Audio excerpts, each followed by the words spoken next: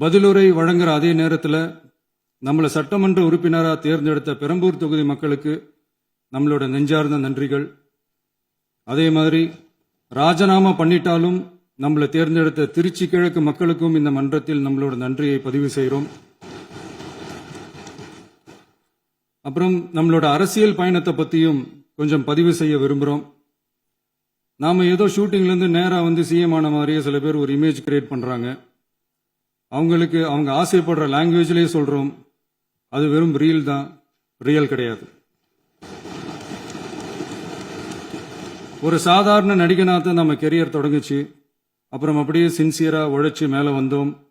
நம்ம கெரியரில் நாம் மேலே வந்ததுக்கு இந்த விஜய் ஒருத்தன் மட்டுமே காரணம் இல்லை, அவனோட உழைப்பு மட்டுமே காரணம் இல்லை. இந்த விஜயோட உழைப்புக்கும் உயர்வுக்கும் பின்னாடி இருக்கிற ஒட்டுமொத்த தமிழ்நாட்டு மக்களோட அன்பும் அரவணைப்பும் தான் காரணம். ஒவ்வொரு வீட்டில் இருக்க ஒவ்வொருத்தரும் நம்மளை அவங்க வீட்டில் ஒருத்தனா ஏற்றுக்கிட்டது தான் நமக்கு கடவுளும் மக்களும் தந்த மிகப்பெரிய வரம். அதுக்காகவே கடவுளுக்கு சமமான நம்மளோட சொந்தங்களான தமிழக மக்கள் அனைவருக்கும் மீண்டும் மீண்டும் நன்றி.